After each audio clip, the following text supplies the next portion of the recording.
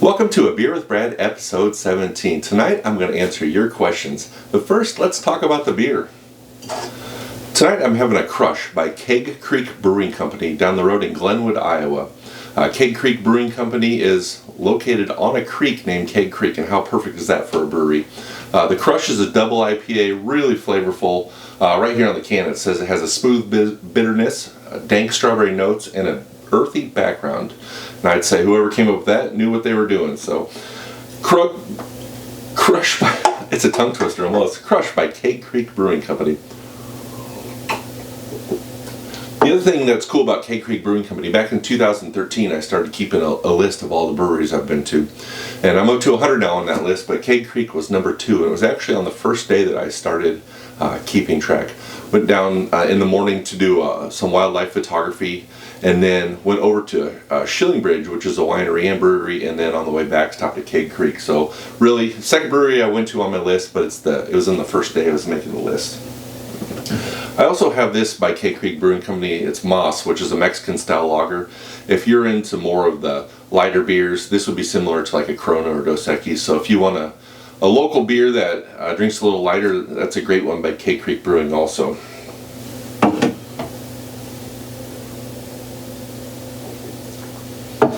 So June was a busy month. It started off with the art fair, and thanks for all of you that stopped by. There's a lot of people that stopped by, said that they watched the Beer with Brad and follow me on the social medias and checked out the artwork, just had a good conversation, and it was a great art fair, and it ended on kind of a rough note. Right about an hour and a half to an hour before we started tearing down and cleaning up, a storm came through, and it dumped, I forget now, it was like an inch of rain in an hour or 2 inches of rain in an hour. It was a crazy amount of rain. The whole parking lot was flooded.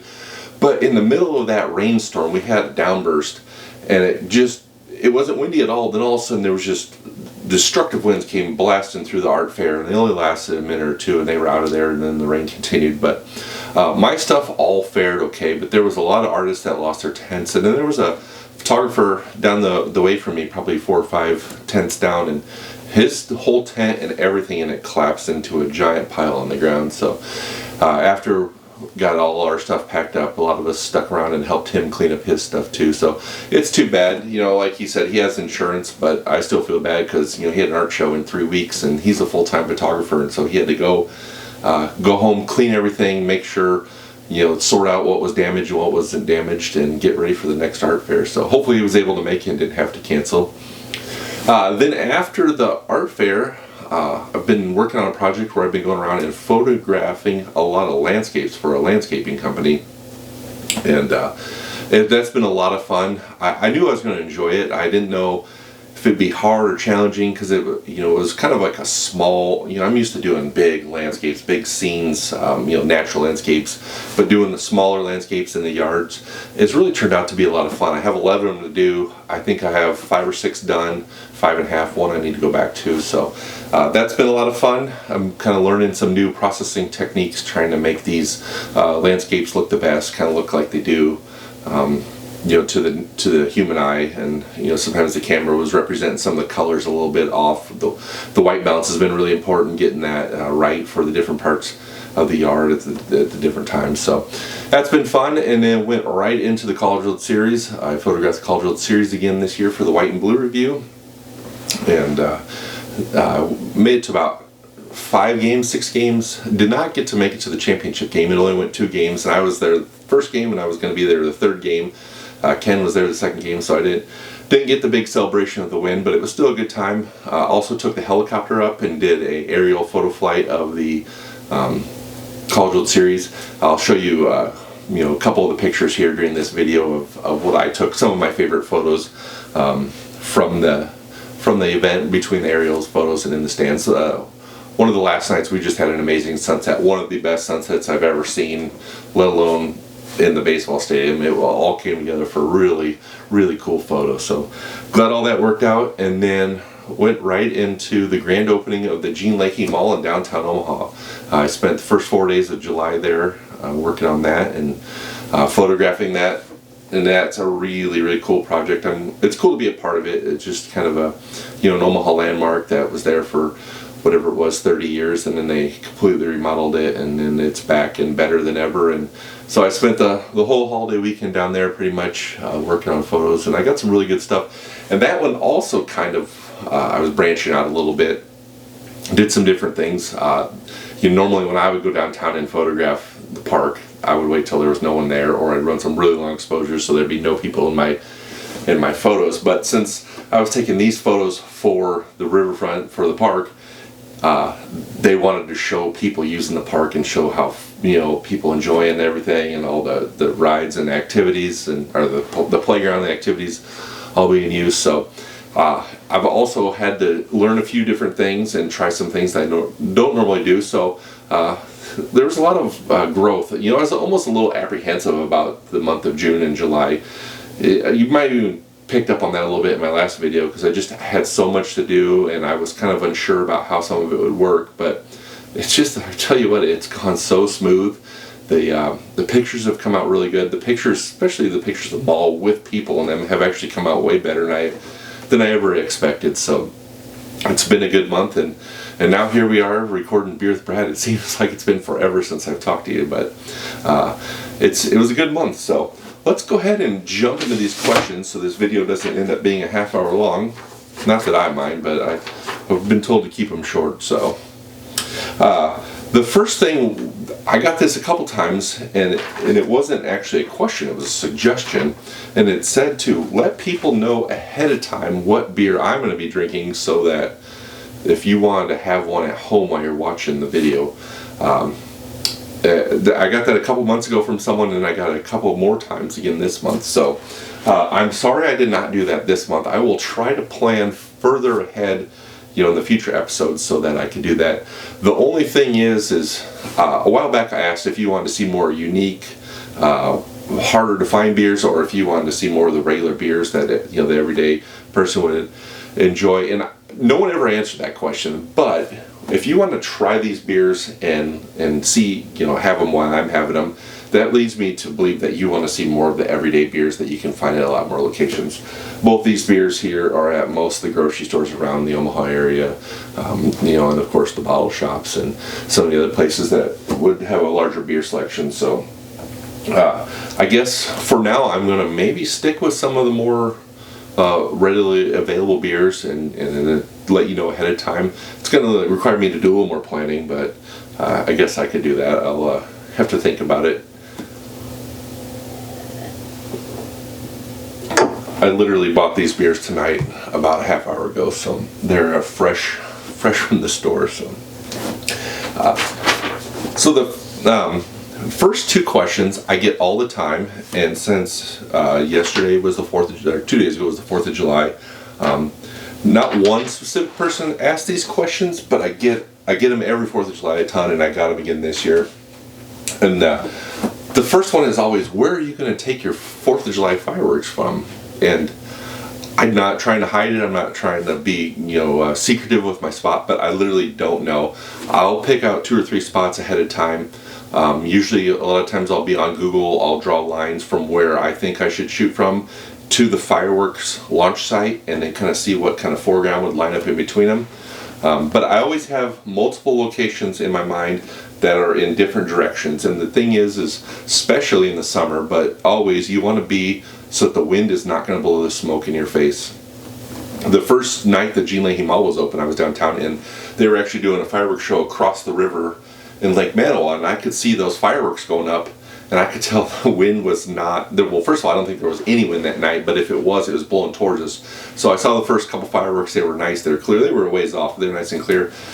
But a minute into the show, the smoke was obscuring them, and then you just get more and more and more smoke in your way. So you always want to be downwind. Is that downwind? You want to be upwind.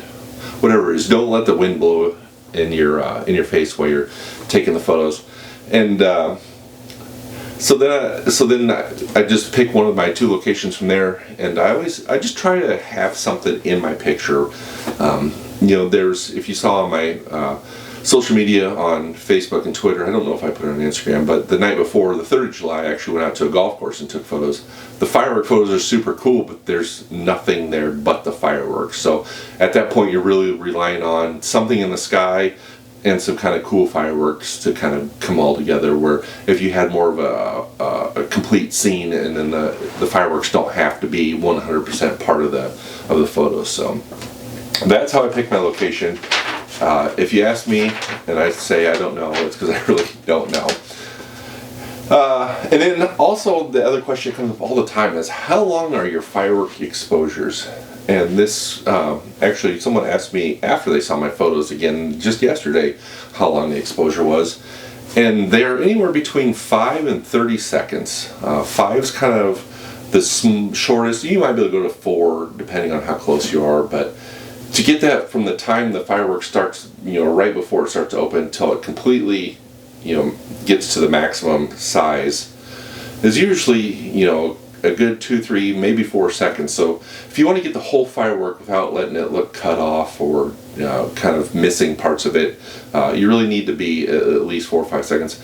And then all the way up to 30, if you have the right scene where the lights aren't too bright, because like I said, I like to have subjects in my photo. 30 gets some really cool where there's lots of extra trails and the fireworks are really wispy, and I really like to run those longer exposures. And then what I ended up doing this year on the 4th of July, and I've done it in the past a couple times, is when my scene's too bright and I can't do a long exposure, I will take 4 or 5 exposures and then put them together. So 4 or 5 second exposures to basically simulate a 30-second exposure. And so that the other night, if you saw on my Facebook and Twitter, there was a picture of the new big sculpture in the Jean Leahy Mall, and then the fireworks were kind of behind it. And the way I did that, because that sculpture was so bright, was to put a bunch of photos together. Putting the photos to really get it, you can do it by hand in Photoshop. The easiest way I do it is download, there's the actions in Photoshop Actions. There's an action you can download for free that makes star trails. So if you take 30 pictures of the stars, you'll start to see the star trails go. Well, I use the star trail action in Photoshop to make to put 4 or 5 firework photos together, because basically to me, stars, a long exposure of stars and a long exposure of fireworks kind of look the same. So I tried that once, it works perfect. So that's how I simulate my 30-second exposures. And then when it gets to the finale, when I know the finale is coming up, I start to lower my settings and get as close to that 4-second exposure, maybe even at that point 3-second exposure, where the fireworks are not going to be blown out. Because the good finales around here, J&M does a lot of the shows around Omaha. J&M's finales, they'll start lighting off so many. They're not huge fireworks at the point. I mean, there'll be big ones up top, but down below there'll be tons of little ones. And not have those completely blown out, I just really start getting those settings down there, and just kind of try to get the fireworks as bright as I can without just being a big white blob. So the next question is from Josh. It says, how do you pick your photography locations, your landscape photography locations? And this is kind of a evolving question, I would say, because when I first got into photography, I was basically out chasing the grand landscapes. I wanted to go to the Tetons and shoot at Oxbow Bend. I wanted to go down to Zion and shoot the subway. And then I wanted to go to Arches National Park and get Delicate Arch. Just all I want to do is run around the country and chase the grand landscape. And it's funny because sometimes I'll go to an art fair and I'll see like 3 different artist tents at the art fair, and they're all like grand landscape, grand landscape, grand landscape. And so, not because of that, but just because I wanted to evolve and grow, I've been trying to shoot more different scenes that are not like iconic, trying to find different things, more intimate scenes, more compact scenes, just trying to do something different, branch out. So now I'll find an area that I really like, and I'll look up places on the internet and try to find places where there'll be lots of little stuff with lots of cool rocks, or in the fall lots of neat leaves, just different things, lots of rolling hills, and So I tried to look for places like that where I can go out and explore and then try to find, this has been a constant theme on this channel with my Beer with Brads, is I like to get out and explore. So going out and hunting for locations, I just try to get in the ballpark and then try to hunt from there. And then the other thing I've been trying to do is shooting more local. I mean, I love Nebraska and Iowa, and I love the Nebraska Sandhills. I get out there so much. I don't get out there very often, but I wish I was out there so much. So I need to get out there more. I need to shoot more local, but I'm also trying to think of ways to apply what I do in other areas to like local scenes. So different techniques or different compositions. So I need to get out and explore and try to just do different things. So that's kind of, I guess, not really an answer of how I choose, but it's, like I said, it's evolving, it's always changing. And I also have this ambition to get out, and there are some places in Colorado especially where I really like the scene. Some of them might be iconic, some of them might not, but I want to get out because it's been 10 years since I've been there, or 7 years since I've been there, and just redo what I had, but with a much better composition. I've really tried to improve my compositions over the last few years, and so there's pictures where I like the scene, but I just don't like how I compose them. So I would like to get out and redo some of those other older photos.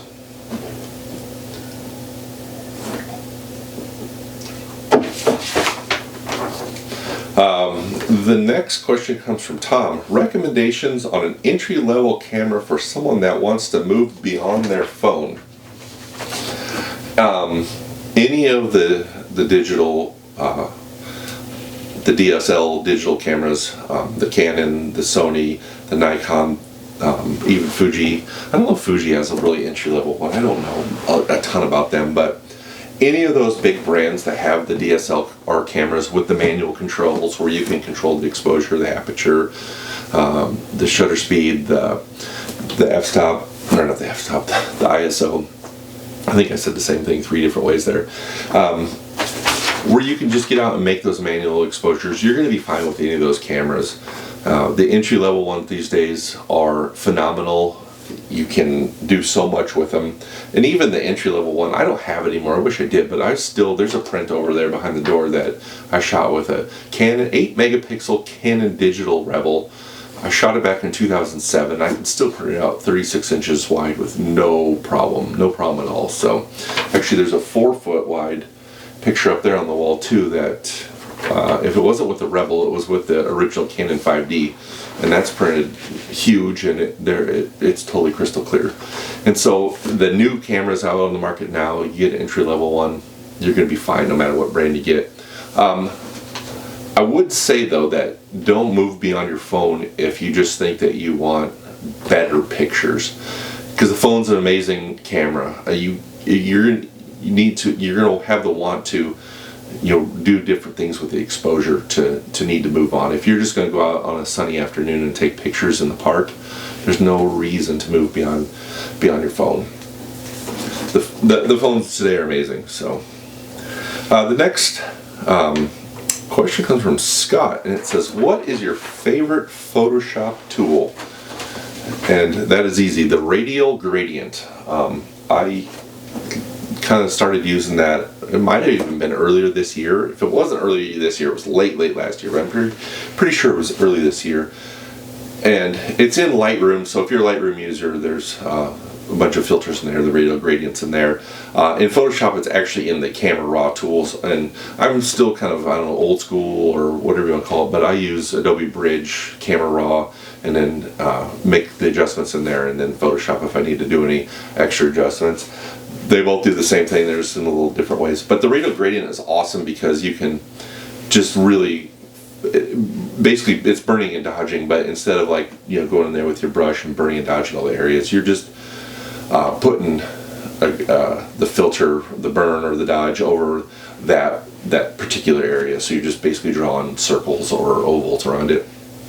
Comes in so handy.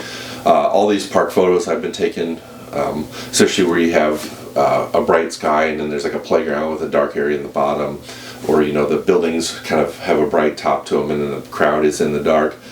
It works so awesome for that.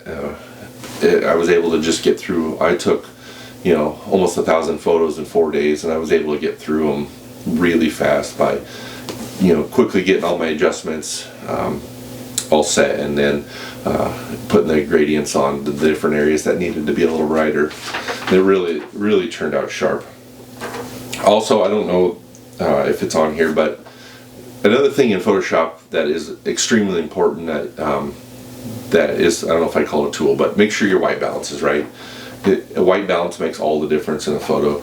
You can have a great composed photo, but if the white balance is off, it just looks flat and boring. So get your white balance right. Todd wants to know how the R5 is working for me. And the R5 has been awesome. So recording the video on today, the Canon R5, I've had it about a year now.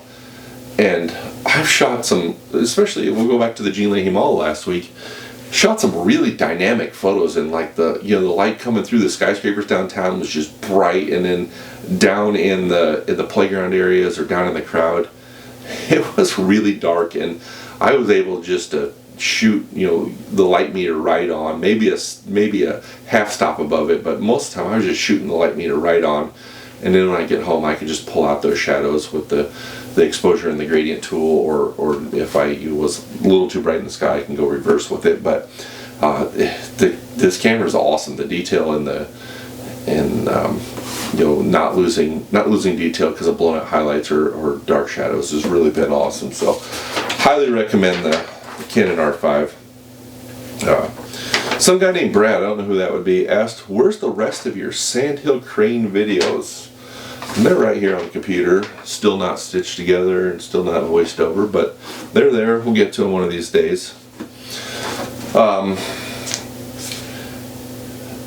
It says, I see that you post on Twitter, Instagram, and Facebook. What is your favorite social media?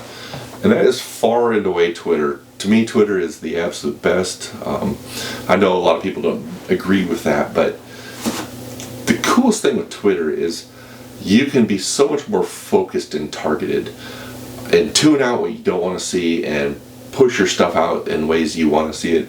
Hashtagging your photos, is pretty awesome in Instagram and Twitter, but in Twitter you can also hide a lot of the distractions you don't want to see. I'm into photography, I'm into some sports, a few things around the city. I'm not into pop culture, I'm not into politics, I'm not into all that other stuff. And Twitter lets me filter all that out, so I can really focus on art and photography and sports. It's just great. It's a great medium.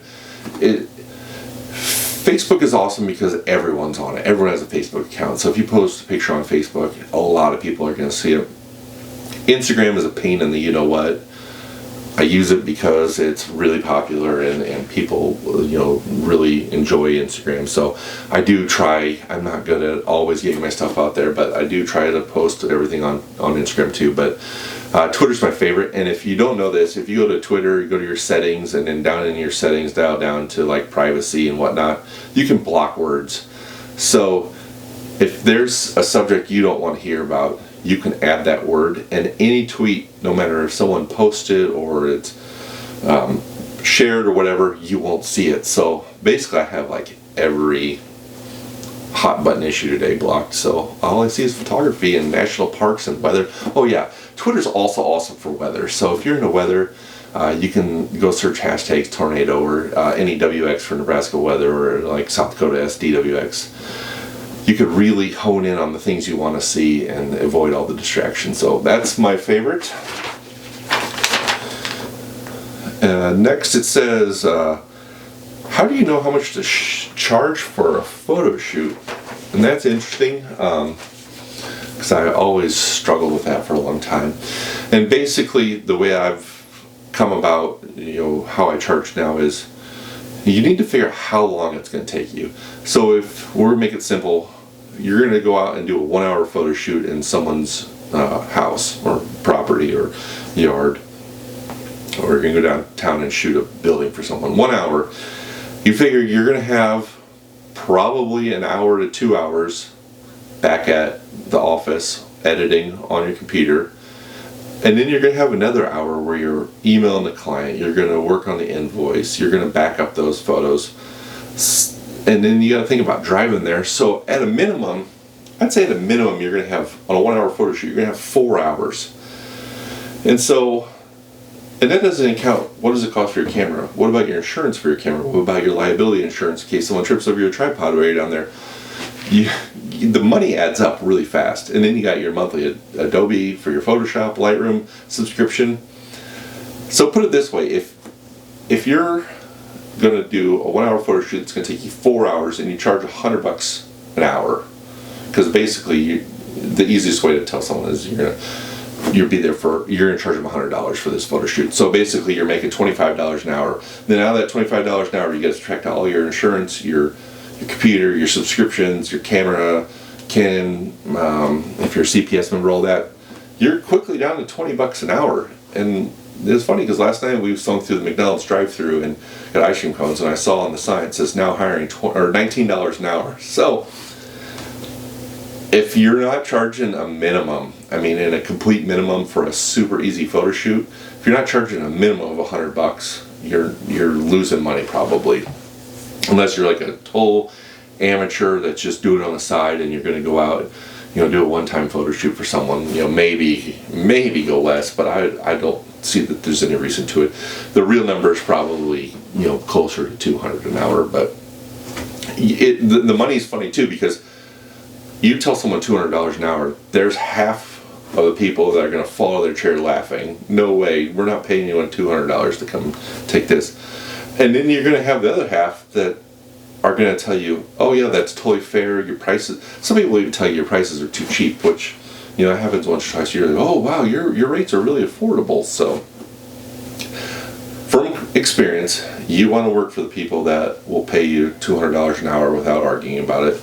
Because the people that charge less are that think that you're ripping them off are also going to be a pain usually. So make sure it's fair for you. You don't want to get into a project for 5, 6, 7 hours when they're starting to ask for all these edits and stuff, and you only have $100 on it, because then you could be working anywhere and making more money than you could be out taking photos. So be fair to yourself.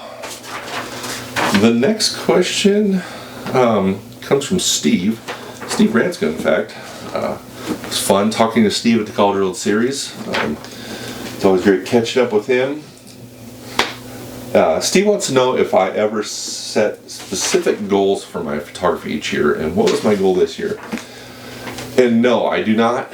I don't have a specific goal. There's been times, I have some goals in my head. I should write out my goals actually and then check them off as I complete them, because I really need to get some things done. But my number one goal every year is just to have fun. If photography ever stops being fun, I need to stop doing it. I have a great job, a great family, just great friends.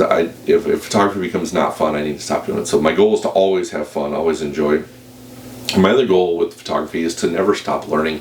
I talked a little bit ago about I want to go back and retake photos since I've learned better things. I'm always out there studying. I'm out, I go find my role models, different photographers like Thomas Mangelson and Ben Horn and Thomas Heaton, those guys. I go and I really look at their photos and see what do I like about their photos. Not what can I go copy, or I need to go to that place that Mangelson has the picture with the moose walking through Oxbow Bend. No, I don't need to go recreate that and have it for myself. But what do I like about their photos? What do they include in their composition? What do they include, their lighting, their time of day, the atmosphere, stuff like that. The stuff that really makes a photo jump out. Anyone can go out and pull over at Oxbow Bend and walk the 10 feet down and take the picture, but what makes their picture special? So I'm always studying, I'm always looking up to my role models and trying to get better. I'm always trying to learn, and I also watch a ton of post-processing tutorials on YouTube, trying to always learn. I talked about the radial gradient earlier. That's been a great tool, I'm glad, and that just was, I might have been Mark Denny, probably. Sorry, I was rambling on too long and the camera stopped, but like I said, I think it was Mark Denny's video where I learned about the radial gradient tool. So always be out learning, always trying to improve. And listen to other people too. If you ask for advice, listen to people. That's always been a goal of mine. There's a lot of people, especially this day and age, I feel like that you ask questions and then as soon as you start answering them, they talk over you. But my goal is always to, if I solicit advice, I always try to listen. And then Breaking 90, that was their screen name or their username on Twitter, says that their 11-year-old inherited a nice DLR. Do you have any recommendations for beginner classes? I don't know the specifics, but Rockbrook Video does. Rockbrook Camera Video maybe. They offer classes. I know a lot of times when you buy a camera, they also offer a free class that comes with it. So Rockbrook has a ton of classes, and then like I said, I also learned a ton about photography on YouTube. There's so many great photographers out there making a lot of really neat content, so that's always a good one to go listen to. But whatever they do with that camera, make sure they're having fun. It's a cool hobby or business, however you want to look at it, that they can have a lot of fun with. So 11-year-old is pretty young, so it'd be kind of interesting to see what they come up with. So they don't know a lot about the art and the rules and stuff, so they'll just go out there with a completely open mind and start taking pictures, and it'd be cool to see what they come up with. So I forgot to mention at the beginning of the video, I'm wearing a shirt tonight for Polka Express. A few weeks ago, the Hoover House, Crescent Moon, had a polka, a Polish Fest, and the band that was playing was Polka Express, which is my buddy Jimmy's band. And from the time I turned the corner entering the beer garden, before I even had my tickets purchased, before I even had a wristband on, before I even had a beer in my hand, I hear him up on stage just going on about Beer with Brad and check out my YouTube channel, and just thoroughly embarrassing me, and didn't let it go. So I did the right thing and bought a shirt and wear it on my YouTube channel. So if you're around Omaha and there's a Polish festival or an event that has Polka Express, make sure you go check it out, and maybe heckle Jimmy. He's the accordion player. Heckle him a little bit too. So, well, that's going to do it for this month. Finish up my Crush here by Keg Creek Brewing. I hope you had a great time. I really enjoy these question and answers. I mean, the diversity of the questions is always amazing. They're all over the map, and I have a lot of fun answering them. And I did one last year, and I did one this year, so we'll probably do another one before too long. I don't want to do them every month, because I'm sure eventually people will run out of questions, but it's a lot of fun, and I really appreciate everyone submitting questions. If I did, for some reason, miss your question, I'm truly sorry, and submit it again next month. You message me on any of the social media, Instagram, Twitter, Facebook. Send me an email, brad@bradwilliamsphotography.com, or you could also put it in the comments of the videos. But that's going to do it for tonight. I appreciate you tuning in, and we'll see you again next month.